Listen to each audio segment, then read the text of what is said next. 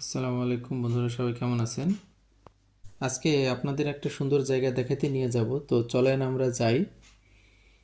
এটা একটা বিল বলতে পারেন অথবা একটা নদী। তো চলে এসেছি আমরা এই যে নদীর মোহনা। এটা আমরা এই নদীর পাড় ধরে হাঁটছি।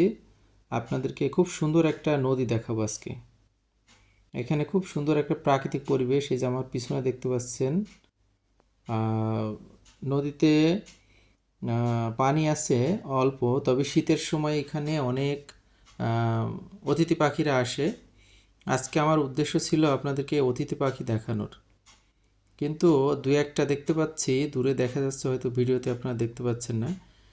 এই নদীর মোহনা, এখানে সারা বছর পানি থাকে। এটা হচ্ছে আমাদের আলমডাঙ্গা উপজেলা, চুয়াডাঙ্গা জেলার অদূরে। এইটা একটা নদীর মোহনা, এখানে সারা বছরই পানি থাকে এবং স্বচ্ছ নীল জল দেখতে পাচ্ছেন, নীল জলরাশি। আর এই যে একটা ডিঙি নৌকা দেখালাম। তো আমার পিছনে এই যে নদীটা দেখতে পাচ্ছেন, এখানে শীতের সময় যখন শীত বেশি থাকে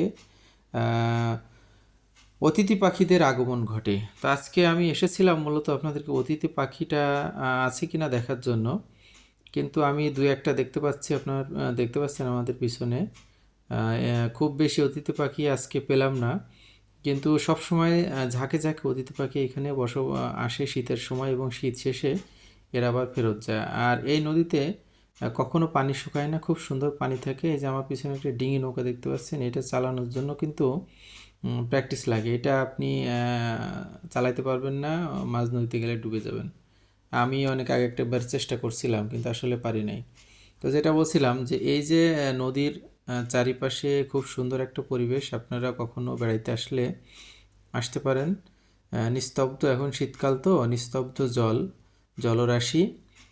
পানি যখন বর্ষাকাল থাকে এখানে পানিতে ভরপুর থাকে। আর এই যে ছোটো ডিঙি নৌকা, এইগুলো নিয়েই এখানকার গ্রামের মানুষগুলো এখানে মাছ শিকার করে এবং মাঝ নদীতে যায়। তো আমি একবার মনে করলাম যে এটা চড়ি, কিন্তু আসলে আমার তো এখানে চড়ার প্র্যাকটিস নেই। তো যাই হোক, নদীর পাড় ধরে হাঁটতে অনেক ভালো লাগলো। সবুজ স্তব্ধ নীল জলরাশি দেখতে অনেক মনোমুগ্ধকর আজকের একটা পরিবেশ।